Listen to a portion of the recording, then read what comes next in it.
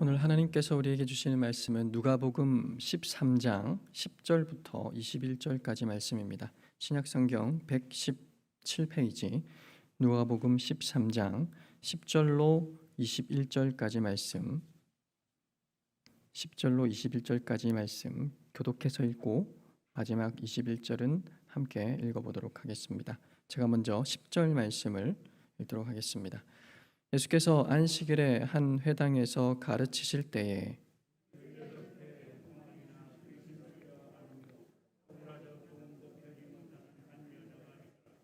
예수께서 보시고 불러 이르시되 여자여 내가 내 병에서 놓였다 하시고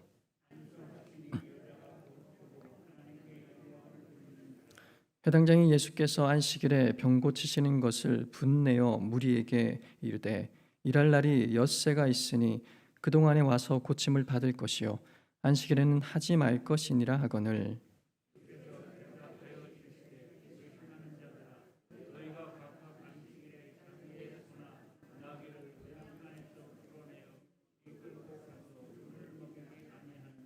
그러면 18해 동안 사탄에게 매임받은 이 아브라함의 딸을 안식일에 이 매임에서 푸는 것이 합당하지 아니하냐.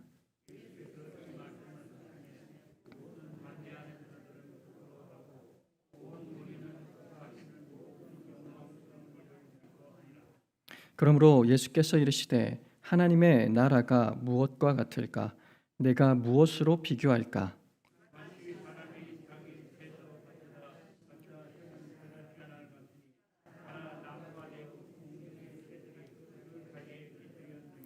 또 이르시되 내가 하나님의 나라를 무엇으로 비교할까?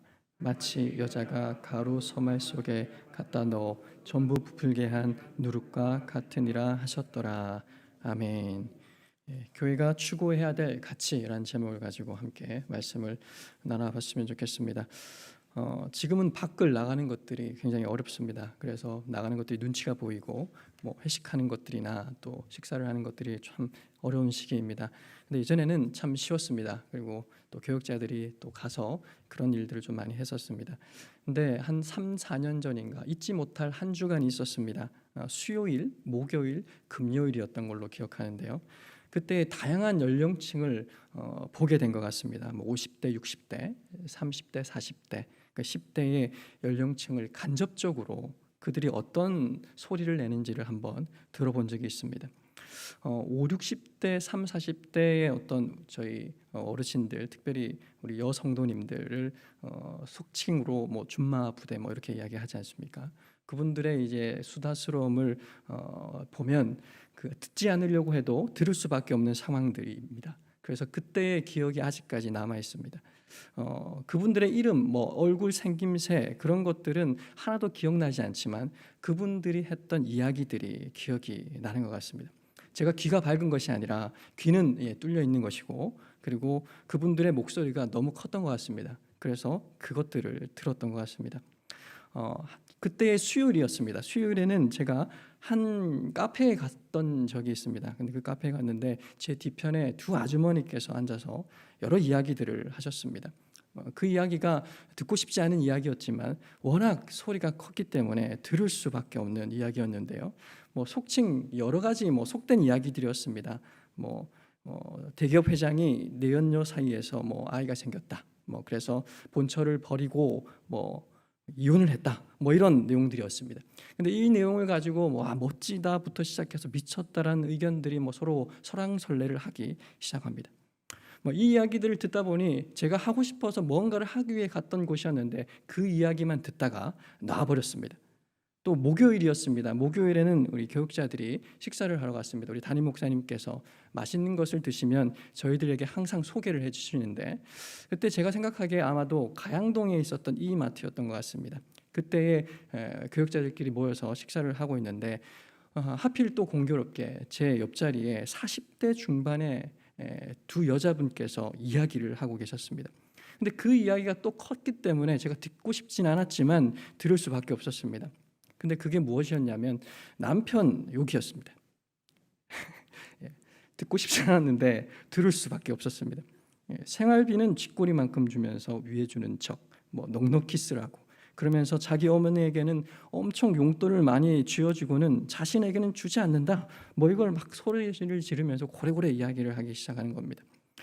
등 뒤로 들려지는 이 이야기를 통해서 저는 그분이 등촌동에 살고 있고 한 분은 현재 돈 많은 사장과 교제를 하고 있고 돌아온 싱글이라는 사실을 알게 되었습니다. 저는 전혀 알고 싶지 않았지만 자연스럽게 알게 된 이야기였습니다. 저와는 전혀 상관없는 이야기를 수요일, 목요일에 듣게 되었습니다. 뭔가 환기가 되고 또 리프레시가 될 줄 알았는데 그 이야기들을 통해서 오히려 머리만 복잡해졌습니다.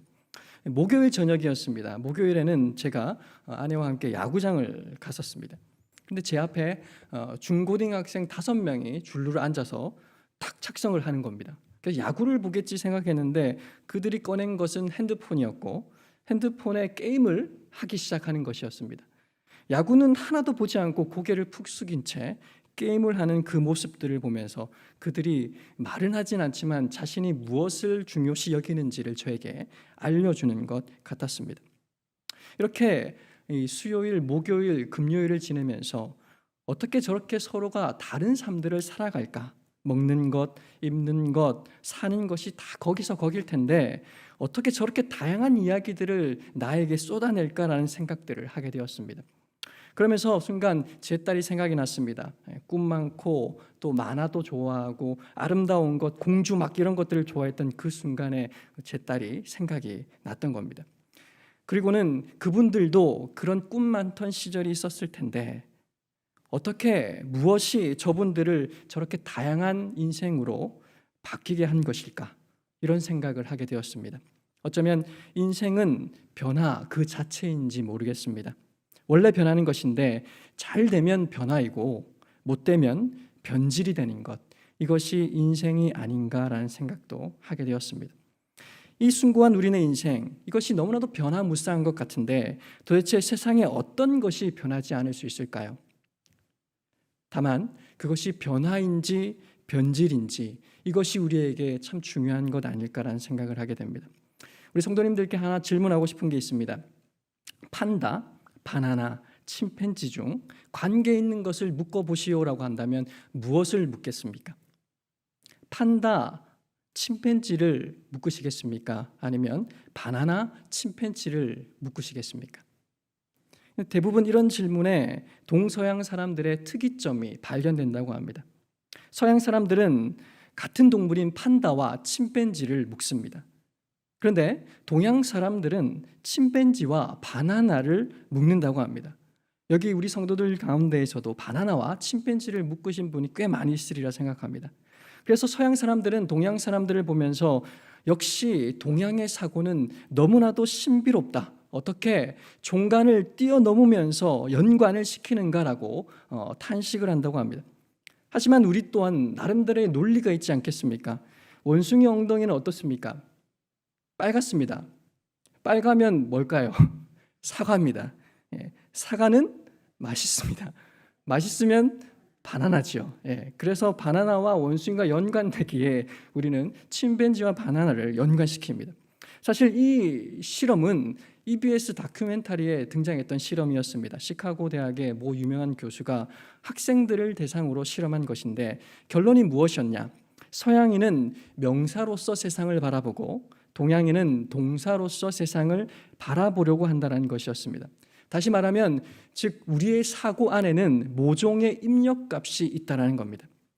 이것을 소위 맥락 효과라고 하는데 사람들은 어떤 사물들, 어떤 것들을 판단할 때 백지장 같은 상태에서 판단하는 것이 아니라 이미 주어진 초기값, 그것을 가지고서 판단한다는 겁니다. 다른 말로는 단내리기 효과라고도 하고 초기값 이론이라고도 말을 한다고 합니다. 미리 인지한 것, 가지고 있는 정보, 이것에 의해서 어떤 것들을 판단한다는 것입니다. 그래서 우리는 성경을 볼 때에도 모종의 입력값을 바탕으로 맥락 효과를 바탕으로 성경을 바라볼 때가 있습니다. 대표적인 본문이 바로 오늘 누가복음 13장에 나오는 하나님 나라에 대한 겨자씨와 누룩의 비유입니다. 우리가 이 비유를 가지고 생각할 때에 초기값 이론에 따라서 단번에 해석할 때가 있습니다. 그래서 하나님 나라는 작은 겨자씨가 커지는 것이고 누룩은 온 세상에 영향을 미치는 것처럼 하나님 나라는 그런 것이다라고 단정해버립니다. 물론 하나님 나라는 그런 일반적인 속성을 가지고 있습니다. 하지만 과연 오늘 이 본문에서 예수님께서 그런 의도로 말씀하셨는지는 우리가 점검해 볼 필요가 있는 것입니다. 우리가 가지고 있는 초기값이 예수님의 의도를 묵살해 버리면 안 되기 때문입니다. 하나님 나라를 상징하는 교회, 이 교회가 세상에서 어떤 모습이어야 한다라고 우리 성도들은 생각하실까요? 한국 교회가 한국 교회의 목소리를 내어야 한다라는 것들이 있었습니다. 그래서 선거판 17대 총선부터 시작해서 21대 총선에 기독당을 만들고 또 기독사랑 실천당을 만들어서 앞자리로 나오는 그런 일들이 있었습니다. 그래서 1%부터 3%의 득표율을 하는 그런 것들이 여전히 지금도 계속되고 있습니다. 이것은 어떤 의미를 담고 있냐? 교회가 세상 사람들에게 교회를 함부로 하지 못하도록 정치적인 영향력을 행사해야 합니다라는 의도를 담고 있는 것 같습니다. 언뜻 보면 이것이 틀린 것 같지 않습니다. 언뜻 보면 우리 한국 교회가 힘이 세지면 좋을 것 같습니다. 내가 다니는 교회를 알아주고 우리가 다니는 교회를 누군가가 다 알고 있고 그것이 주목을 받게 되는 것이 나쁘게 여겨지지 않습니다. 그런데 과연 이런 식으로 가는 것이 하나님의 뜻일까? 이것을 한번 우리는 생각해 볼 필요가 있습니다. 하나님 나라를 상징하는 교회가 세상에서는 과연 어떠한 모습이어야 하겠습니까?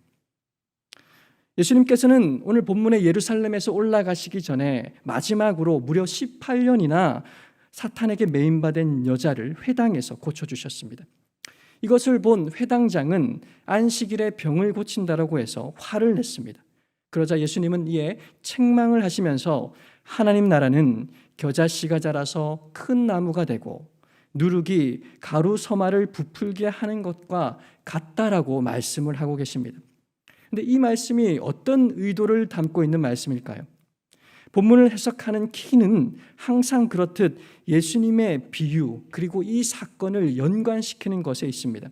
다시 말하면 예수님께서 이 여인을 고치는 사건 그리고 하나님 나라의 비유 이것을 어떻게 연관시킬 수 있느냐 이것이 우리에게 굉장히 중요한 부분이라는 겁니다.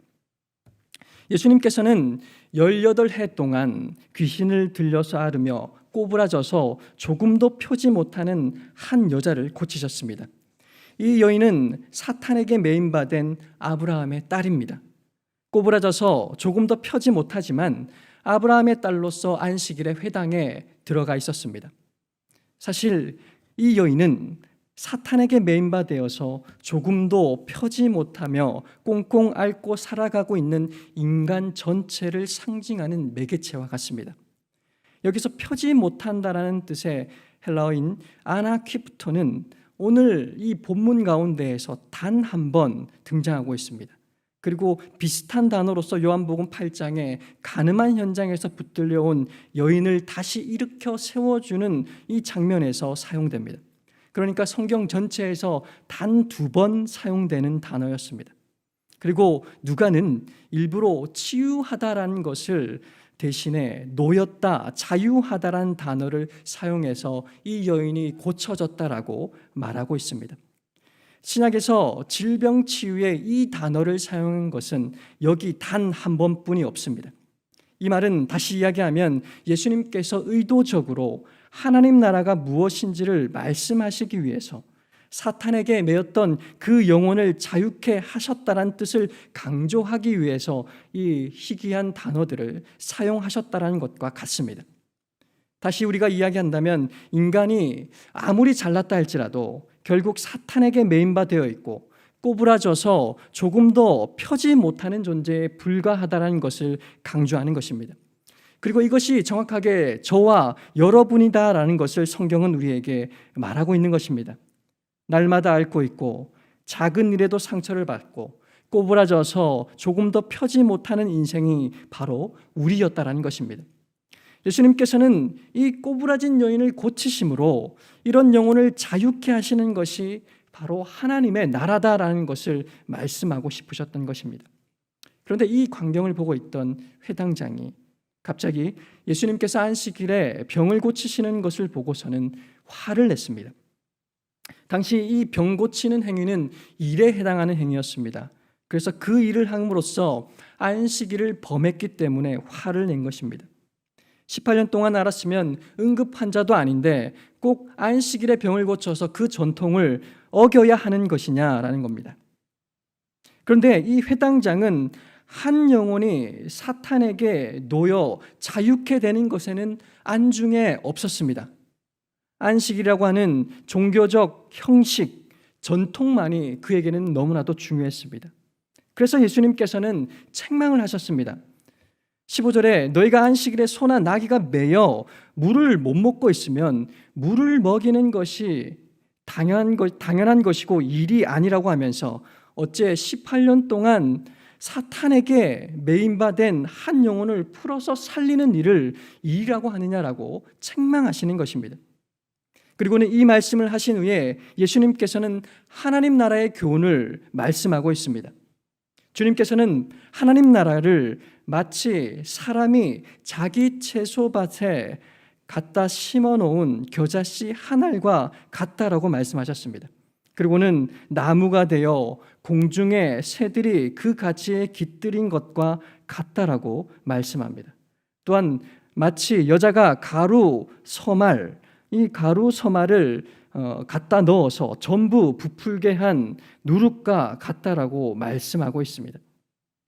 우리는 이 본문 가운데에서 예수님께서 이 이야기를 하신 이유를 한번 고민해 볼 필요가 있습니다.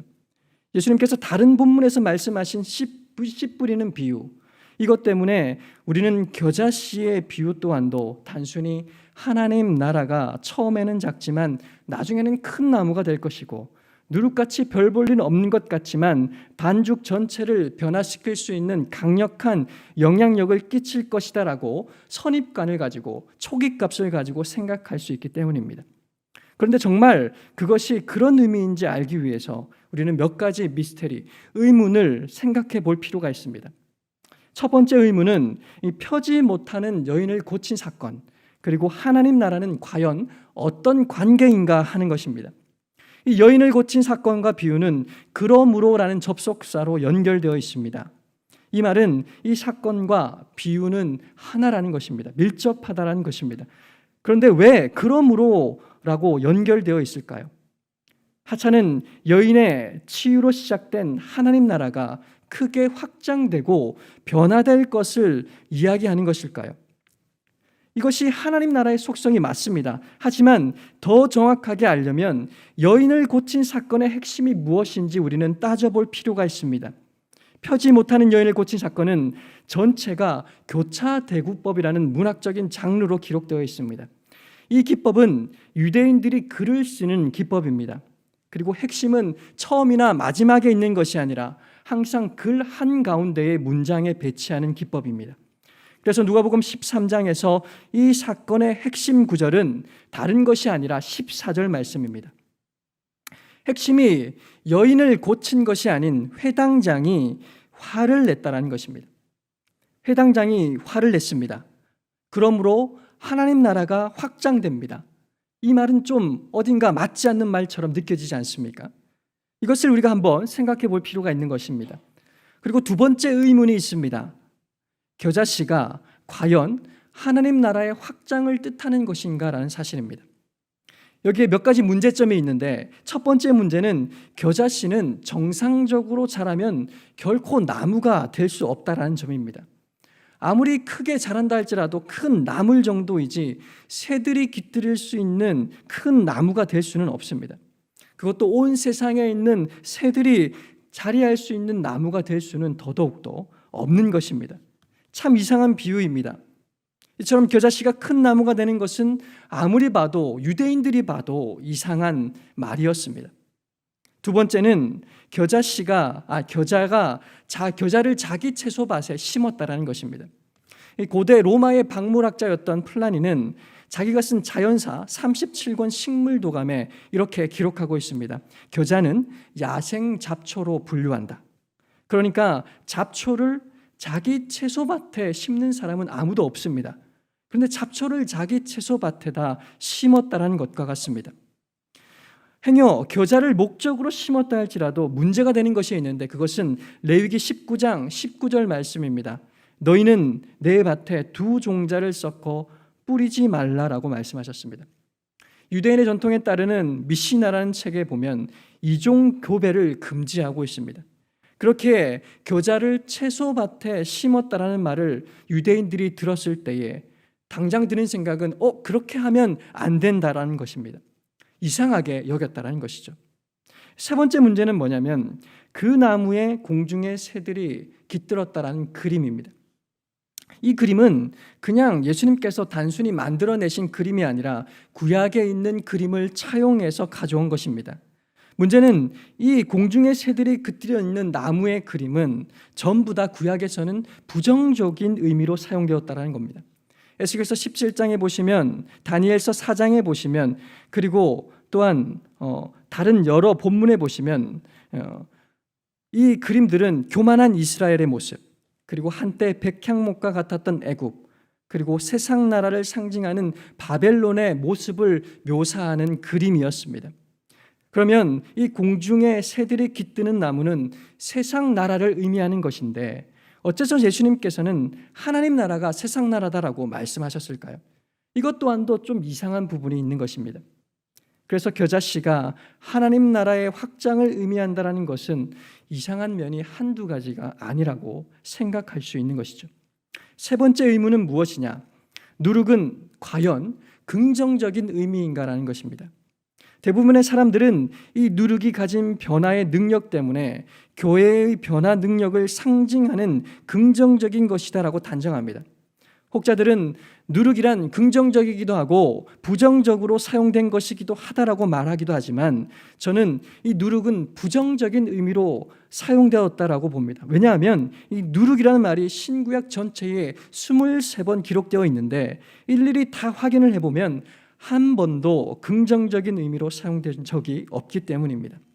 대부분 누룩을 주의하라, 누룩을 제하라, 누룩을 조심하라라는 경고성 의미로 사용되었습니다.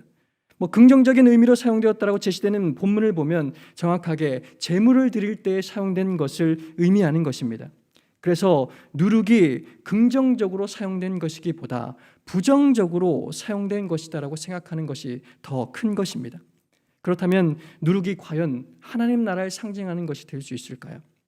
과연 회당장의 분과 하나님 나라, 겨자씨 누룩과 같다는 말씀은 어떤 관계가 있는 것일까요? 여기에서 겨자씨가 나무가 된 것은 변종을 의미하는 것입니다. 부정적인 개념입니다. 이 말은 겨자씨 같고 작은 보잘것없는 하나님 나라가 잘못된 본질을 추구하게 되면 나무로 상징되는 겨자씨, 나무로 상징되는 세상 나라처럼 변질될 수밖에 없다라는 것을 의미하는 것입니다. 교회가 성장을 위해서 경쟁을 하고 예수님을 믿으면 그저 복을 받는다라고 가르치고 자녀들이 잘 되는 것만 이야기하고 건강할 수 있다는 것만을 강조한다면 교회도 세상 나라처럼 변질될 수 있다는 경고의 말씀인 것입니다. 만약 이것이 하나님 나라의 본질이라면 지금 선거판에 난세용으로 등장한 허경영 씨가 노래했던 그 노래와 다를 바가 뭐가 있을까요? 그 노래 구절이 이렇습니다. 내 눈을 바라봐 넌 행복해지고, 내 눈을 바라봐 넌 건강해지고, 허경영을 불러봐 넌 웃을 수 있고, 허경영을 불러봐 넌 시험에 합격해. 이 말과 성경 말씀이 하나도 다를 것이 없게 된다는 것입니다. 하나님 나라가 변질되면 교회 안에서조차 힘 있고 돈 있는 사람들이 행세하게 되고 목사의 잘못된 권위가 성도들을 병들게 만들어 버리는 것입니다. 하나님 나라가 변질되면 세상이 교회를 함부로 하지 못하도록 정치적인 기반을 다져 나아가서 더 나아가서는 교회가 기득권을 행사하게 되는 것입니다. 그래서 교회가 기독교가 기득교가 되어버립니다. 그러니 사람들은 살기 위해 교회라는 이 거대한 나무에 모여들기 시작하게 되고 출세하기 위해 깃들이는 꼴이 되는 것입니다. 이 그림이 바로 공중의 새들이 나무에 깃들여진 그림입니다. 예수님께서 예루살렘으로 올라가시기 전 마지막으로 바로 이 하나님 나라의 변질을 경고하고 싶으셨던 것이 아닐까요? 누가복음 13장 오늘 본문의 18절 말씀을 한번 다시 보시기 바랍니다. 그러므로 예수께서 이르시되 하나님의 나라가 무엇과 같을까? 내가 무엇으로 비교할까? 여러분, 이 말씀이 어떤 뉘앙스로 들리시나요? 저는 이 말씀이 하나님 나라를 가르치시는 말씀이 아니라 하나님 나라의 변질이 이렇게 초래된 사실을 한탄하시는 말씀으로 들립니다. 그렇기에 우리는 이 본문에서 도대체 이 하나님 나라의 변질은 어떻게 시작되었는가, 이것을 분명히 확인할 필요가 있습니다.